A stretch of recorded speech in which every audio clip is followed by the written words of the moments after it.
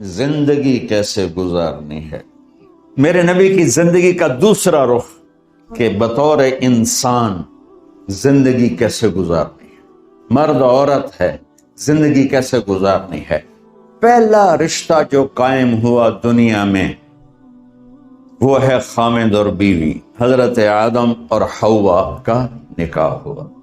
اللہ تعالیٰ نے عورت کو کمزور بنایا تو پہلے دن سے اس کو عزت اور احترام دیا تاکہ ساری زندگی اس کمزوری سے ناجائز فائدہ نہ اٹھایا جائے بلکہ اس کو عزت دی جائے۔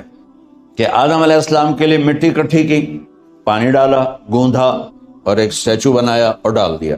جب وہ خشک ہوا اس میں روح ڈالی اور پھر وہ ننگے بدن تھے، پھر ان کو جنت کے کپڑے پہنائے اور جنت میں ڈال دیا۔ اس کائنات کا حسن بھی عورت سے ہے اور جنت کا حسن بھی عورت سے ہے۔ حضرت آدم علیہ السلام جنت میں، لیکن بابے جی دا دل ہی نہیں لگتا، کلے کلے ہی ٹرے پھر دیں۔ اب اللہ نے عورت کو بنانے کا ارادہ کیا تو اللہ ایک ڈھیر مٹی کا اکٹھا کر کے عورت کے لیے بھی بنا دیتا اور اس کا اسٹیچو بنا دیتا اور اس کو خشک ہونے دیتا، پھر اس میں روح ڈالتا، پھر اس کو کپڑے پہناتا۔ آپ حیران ہوں گے، سبحان اللہ، اللہ نے ایسا نہیں کیا۔ آدم علیہ السلام سوئے، آنکھ کھلی تو دیکھا ایک خوبصورت حسین عورت۔ یہ بات اکثر لوگوں کو معلوم ہوگی کہ یوسف علیہ السلام دنیا کے حسین ترین انسان تھے، اور یہ بات شاید کسی کو معلوم نہیں ہوگی کہ دنیا کی سب سے حسین خوبصورت عورت حضرت حوا ہے۔ حوا جن پر بڑھاپا آیا ہی نہیں، 1000 سال کے قریب زندگی گزاری، بڑھاپا نہیں آیا۔ حضرت آدم اور حوا قریب قریب عمر تھی۔ حضرت آدم کی عمر تو کتابوں میں مل جاتی ہے 1000 برس، لیکن حضرت حوا کی عمر کتنی تھی یہ کہیں پڑھنے کو ملا نہیں، اس لیے میں اندازہ کرتا ہوں کہ قریب قریب ہوگی۔ بڑھاپا نہیں آیا، بیماری نہیں آئی، اور حضرت حوا کو مینسز بھی نہیں آتے تھے۔ یہ عجیب بات آپ کو بتا، اللہ نے اتنا جنت کا ان کے اندر نمونہ رکھا۔ تو جب حضرت آدم کی آنکھ کھلی تو دیکھا ایک حسن کا پیکر، انہوں نے تو جنت ہی بھول گئی۔ یا اللہ ہن دل ٹھریا جا، یا اللہ کون ہے؟ کہ تیری بیگم۔ واہ جی واہ، موجاں ہی موجاں۔ تو اللہ تعالیٰ نے نکاح پڑھایا۔ سبحان اللہ، اپنے نبی کی شان دوبارہ سنو۔ تو اللہ نے کہا آدم اپنی بیگم کا مہر ادا کر۔ تو وہ پوچھنے لگے کیا مہر ہے؟ دیکھو ایک بات سنو، مہر کسی کی بیٹی کی قیمت نہیں ہوتی۔ $1 ہو یا $1 ٹریلین ہو، بیٹی کی کوئی قیمت نہیں ہوتی۔ یہ ایک نشان ہے کہ اس بچی پر اب یہ جو خامد ہے وہ موت تک خرچہ اس کے ذمہ ہے، بیوی کے ذمہ خرچہ نہیں ہے۔ خامد کما کے لائے گا اور اپنی بیگم کو کھلائے گا، اور بیوی گھر کی ذمہ داری نبھائے گی۔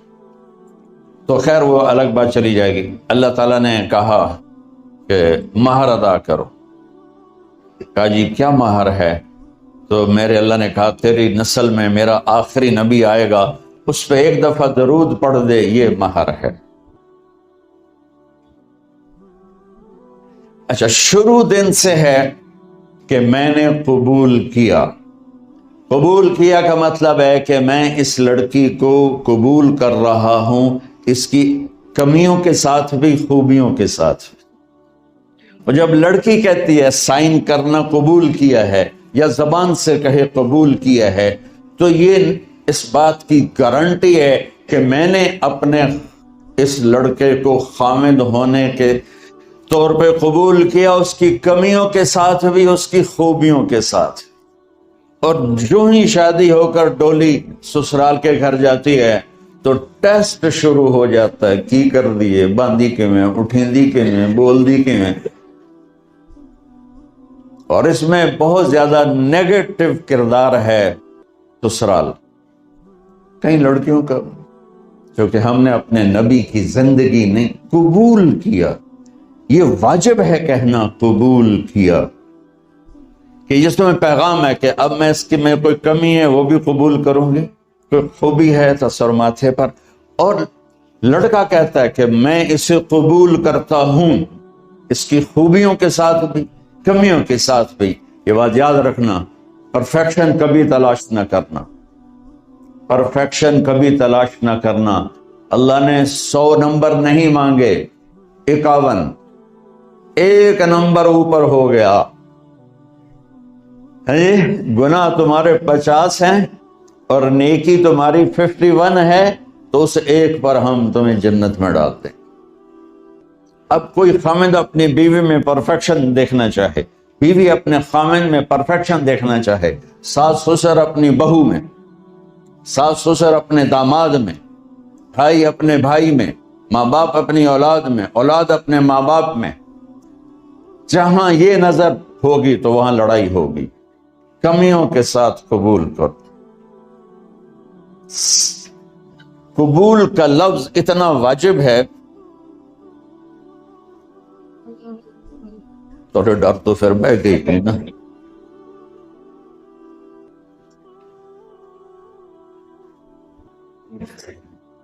قبول کا لفظ اتنا ضروری ہے کہ اس کے بغیر نکاح ہی نہیں ہوتا. میں یہ کئی جگہ لطیفہ سنا چکا ہوں، اور واقعی قصہ بھی ہے، ایسے لطیفہ نہیں ہے. میرے دوست ہیں، ذمہ دار ہیں اچھے، تو ان کے گاؤں کا ایک بچہ چھوٹی عمر میں بسوں پہ جا کے نا وہ جاب پہ لگ گیا. تو اس کا کام ہوتا ہے بس کو صاف کرنا، ڈرائیور کو چائے پلانا، اور جہاں کہیں رش ہو تو اس کو ڈائریکشن دینا، استاد جی کٹ لو، استاد جی آن دیو، استاد جی جان دیو. تو یہ اس کا محاورہ بن جاتا ہے. وہ اس کا نکاح ہوا تو مولانا صاحب نے کہا بھائی عبد الرحمان، میں فرضی نام لے رہا ہوں، نام مجھے اس کا یاد نہیں، عبد الرحمان زینب بنت اسلم نو تیرے نکاح دیتا 500 مہر تو قبول کیتا؟ تھوڑی دیر سوچ کے کہندا جی آن دیو. اس نے ساری زندگی آن دیو ہی سیکھا تھا. تو اس کے بھائی نے اس کو نہیں ماری تو کہنے لگا جی جان دیو. مولانا صاحب نے کہا آن دیو جان دیو نال کم نہیں بننا، تو آگے میں قبول کیتا.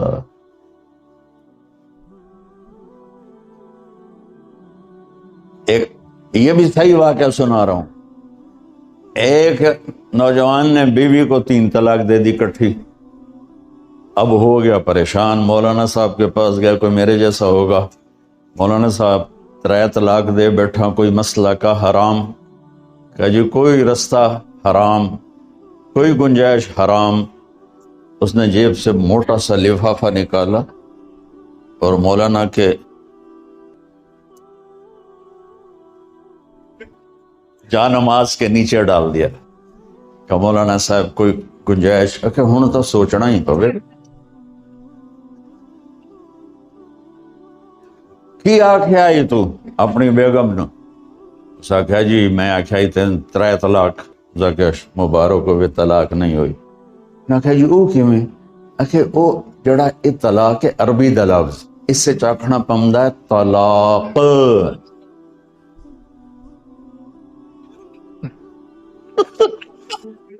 کیا آپ کو صحیح واقعہ سنا رہا ہوں؟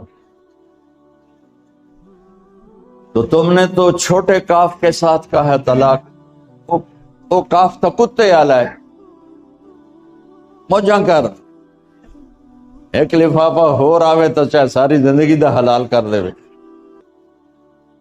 لفظ قبول اتنا ضروری ہے. تو میرے نبی نے 11 شادیاں کی، اللہ کی قسم شوق کی نہیں تھی. ما تزوجت وما زوجت الا بوحی من السماء نزل به جبریل. کہ لوگوں سن لو میری بات غور سے، مجھے عورت کی کوئی رغبت نہیں ہے. میں نے جہاں شادی کی، جہاں بیٹی کی شادی کی، پہلے اللہ نے آسمان سے جبریل بھیج کے حکم دیا، پھر میں نے قدم اٹھایا. تو پہلا رشتہ خاوند اور بیوی ہے جو اس کائنات میں جڑتا ہے. یہ دنیا کا سارے رشتوں میں نمبر 1 رشتہ ہے، سب سے خوبصورت رشتہ ہے، سب سے اہم رشتہ ہے، سب سے بڑا رشتہ ہے۔ والدین کے لیے چند آیات ہیں، اولاد کے لیے چند آیات ہیں، بہن بھائیوں کے لیے چند آیات ہیں، خاوند اور بیوی کے لیے سینکڑوں آیات ہیں، سینکڑوں۔ تو اگر آپ اپنے گھروں میں کامیابی دیکھنا چاہتے ہو، اپنے گھر کو ہاؤس کی بجائے ہوم دیکھنا چاہتے ہو، خوشی کا اگر آپ اسے گہوارہ بنانا چاہتے ہو، اللہ کی قسم ڈگریوں سے نہیں ہوگا، محبت سے ہو۔ میرے نبی سے پوچھا گیا، یا رسول اللہ اسلام کا سب سے مضبوط عمل، نہیں، میرے نبی نے سوال کیا، بولو بھائی اسلام کا سب سے مضبوط عمل کیا ہے؟ صحابہ نے کہا نماز۔ کہ نہیں، ابھی میں نماز کی کتنی اہمیت بتا چکا۔ انہوں نے عرض کیا جہاد، آپ نے فرمایا نہیں۔ تو صحابہ نے عرض کیا روزہ، آپ نے فرمایا نہیں۔ کہ یا رسول اللہ حج، آپ نے فرمایا نہیں۔ تو سارے صحابہ حیران ہو گئے، یا رسول اللہ نماز، جہاد، روزہ، حج، تو پھر کیا ہے؟ اب سننا سارے بہن بھائی، مستورات، بچے بچیاں، آپ نے فرمایا اسلام کا سب سے مضبوط اور بڑا عمل ہے آپس میں اللہ کے لیے محبت۔ اگر آپ اپنے گھروں میں حسن دیکھنا چاہتے ہو تو ایک دوسرے سے محبت کرو، اظہار محبت کرو، اور محبت کے پیدا ہونے کے لیے بہت ساری چیزیں ہیں، لپیٹ کے 2 میں کر لیتا ہوں، 2 میں۔ بیوی کی خوبی دیکھو، کمی نہ دیکھو، خاوند کی خوبی دیکھو، کمی نہ دیکھو، پہلی بات۔ دوسری بات، اس زبان سے زہر نہ اگلو محبت کے پھول، اس زبان سے کڑوے جملے نہ ہوں، طنز نہ ہو، ٹونٹنگ نہ ہو، بیزن نہ کرو، انسلٹ نہ کرو، تو آپ کے دل جڑ جائیں گے۔ یاد رکھو شکلوں سے زندگی آباد نہیں ہوتی، زندگی اخلاق سے آباد ہوتی۔ تو اپنے گھر سے ٹونٹنگ نکال دو۔ نہ کہا کا مطلب ہے بارش کا زمین میں جذب ہو کر یکجان ہو جانا، 2 زندگیوں کا محبت میں جذب ہو کر یکجان ہو جانے کو نکاح کہتے ہیں۔ نہ کہا آنکھوں میں نیند کا اتر کے سلا دینا، نہ کہا خاوند اور بیوی کا ایسی محبت دینا کہ چین کی نیند آ جائے، نہ کہا اعتماد کرنا، بھروسہ کرنا، خاوند بیوی پہ بھروسہ کرے، بیوی خاوند پہ بھروسہ کرے۔ اے نوے لوک کے فون چیک ہو رہے ہوئے، کال کتنے کی تھی، کال کتنے کی تھی۔ عزت دو، اعتماد کرو۔ چوتھا مطلب درخت کا چھاؤں بنا دینا، نہ کہا میاں اور بیوی، خاوند اور بیوی کا محبت کی ایسی چھاؤں بنانا کہ اس کے نیچے اولاد کا پودا خوبصورتی سے پیدا ہو سکے۔ نہ کہا، صرف لفظ نکاح کے مطلب بتا رہا ہوں، نہ کہا مریض کو، کدھر ڈاکٹر بیٹھے ہیں، میرے سامنے بیٹھے ہیں، مریض کو دوا ایسی دینا کہ وہ شفا یاب ہو جائے، آپس کے ایسے تعلق بنانا کہ زندگی کو شفا مل جائے۔ میرے بھائی بہنوں، میں آپ کو اپنے نبی کی زندگی بتا رہا ہوں۔ میرے نبی نے 11 شادیاں کی، اللہ ذوالجلال کی قسم، صرف ہمیں زندگی سکھانے کے لیے کہ گھر کی زندگی کیسے ہوتی ہے اور اولاد کو کیسے پالا جاتا ہے۔ اب لوگ کیا مجبوریاں ہیں کہ عورت بھی جاب کرتی ہے، مرد بھی جاب کرتا ہے۔ عورت کی سب سے بڑی جاب اپنی نسل کو پالنا ہوتا ہے۔ جب یہاں ٹائم نہیں ملتا بچے کو، نہ ماں سے ملتا ہے نہ باپ سے ملتا ہے، تو پھر وہ جنگل کا پودا بن جاتی ہے۔ یہ تو وینکوور ہے، فیصل آباد کی بات سناتا ہوں۔ میرے بچے جس اسکول میں پڑھتے تھے ان کے پرنسپل سے میری دوستی تھی، میں ملنے گیا ایک دن، تو کہنے لگے کہ عجب واقعہ ہوا ہے کہ یہاں 2 بچے پڑھتے ہیں، ان کی ماں بھی ڈاکٹر ہے اور باپ بھی ڈاکٹر ہے، تو وہ دونوں آئے ہیں میرے پاس کہ ہمارے بچوں نے 3 دن ہو گئے ہیں گھر میں کھانا نہیں کھایا، تو ہم پریشان ہیں، ہمیں بتاتے نہیں، کائنڈلی آپ پوچھ کے بتائیں کہ وہ کھانا کیوں نہیں کھا رہے۔ ایک باری کر کے بھی دکھا دو.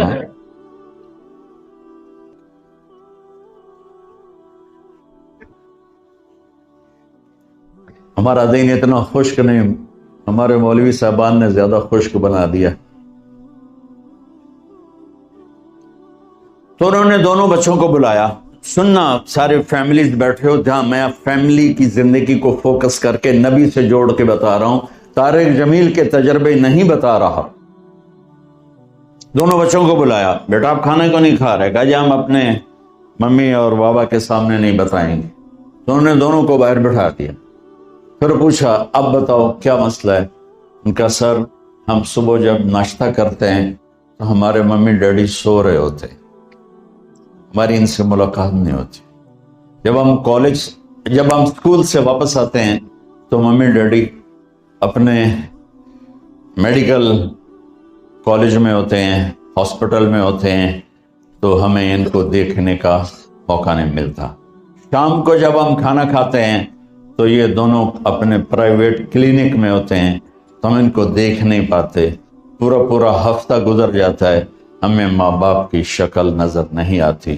تو ہم نے سٹرائک کی ہے کہ ایسے ماں باپ کی روٹی کیا کھانی جو اپنی شکل بھی نہ دکھا سکیں. تو اس لیے ہم نے کہا ہم نے بائیکاٹ کیا ہے، گھر میں نہیں کھانا ہے. تو ایسی لائف مت بناؤ. یہاں ایک بہت بڑا چکر شیطان دیتا ہے، بڑی گاڑی لے لو، $100 کی قسط تو ہے، اور بڑا گھر لے لو، $200 یا $100 کی قسط تو ہے.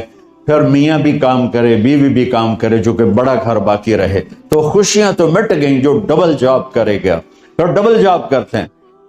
ڈبل جاب کرنے والا بیچارہ تھکا ہوا ذہن لے کے آتا ہے، وہ کیسے ٹائم دے گا اپنے بچوں کو خوشی کے ساتھ؟ جو ماں جاب کر کے آئے گی پھر کھانا پکائے گی، وہ جب اتنی تھک جائے گی تو اپنے بچوں کو کھلا ٹائم کیسے دے سکے گی؟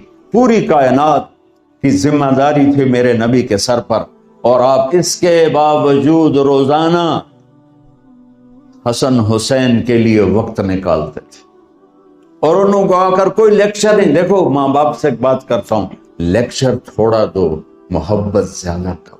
یہ نہ کرو، یہ کیوں کیا، یہ کرو، یہ کرو، یہ چھوڑ کر صرف سینے سے لگاؤ. پھر محبت دو، کمیوں سمیت بچوں کو قبول کرو، ان کی زندگی تبدیل ہو جائے گی.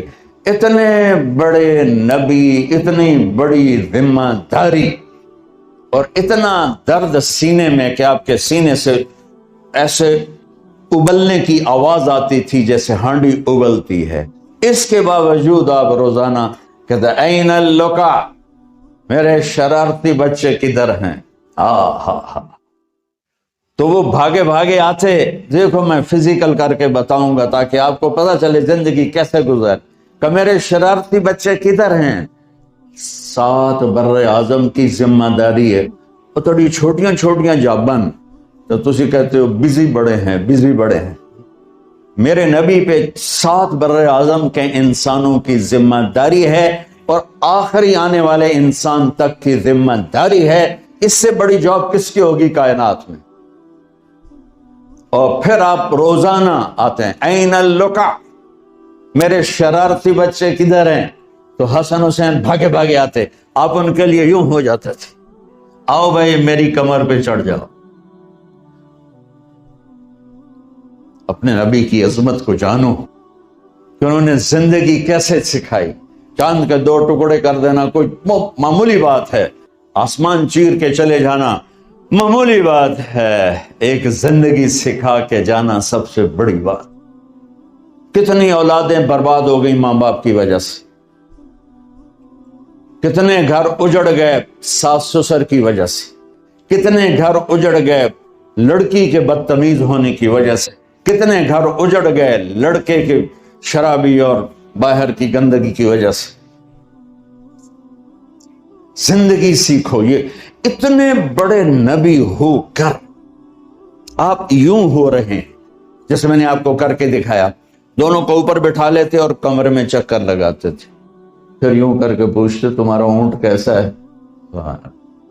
پھر دونوں کو اتار دیتے اور اپنی نواسی زینب، جن کو حضرت علی کی وراثت ملی کس کی؟ علم کی، فصاحت اور بلاغت کی.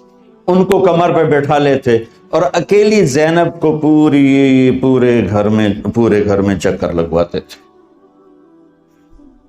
اور بھی دکھ ہیں زمانے میں محبت کے سوا، راحتیں اور بھی ہیں وصل کی راحت کے سوا. کیا صرف کمانا ہی کام ہے؟ ادھار کی زندگی سے بچو، خوش و خرم رہو. اس کو قسط دینی ہے، یہ قسط دینی ہے، یہ قسط دینی ہے، یہ دینی ہے. سر میں درد نہیں ہوگا تو اور کیا ہوگا؟ تو آپ اتنے بڑے عظیم ہو کر وقت نکال رہے ہیں.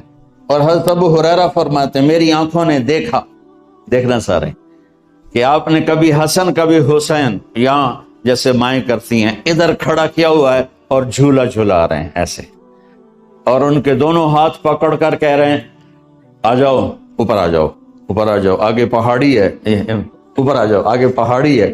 تو ایسے ایسے آتے اور اوپر آؤ وہ یہاں آ جاتے، آگے آؤ وہ یہاں آ جاتے، آگے آؤ وہ یہاں آ جاتے. تو پھر آپ یوں ہو جاتے آگے آؤ، تو چڑھتے چڑھتے یہاں آ جاتے، وہ یہاں آ جاتے.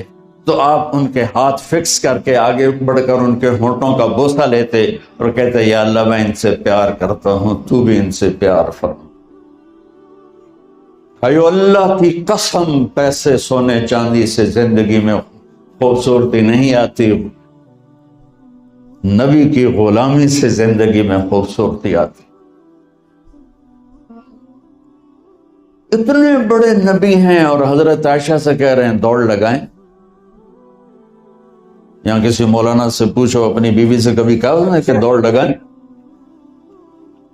الٹو سوٹا لے آتے کھلو جاوے گا. عائشہ دوڑ لگائیں.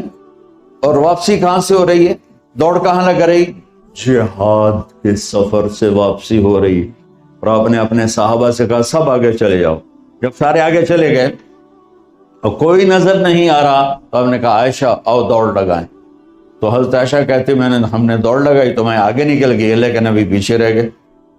کچھ سال گزرے تو پھر ہم سفر سے واپس آ رہے تھے تو آپ نے صحابہ سے فرمایا سب آگے چلے جاؤ، چلے گئے. آپ نے کہا عائشہ دوڑ لگائیں؟ کہ جی لگائیں. کون دنوں میں ذرا موٹی ہو گئی تھی تو پھر اللہ کے نبی آگے نکل گئے، میں پیچھے رہ گئی. تو آپ نے کہا عائشہ ہاذہ بتلک، آج دور میں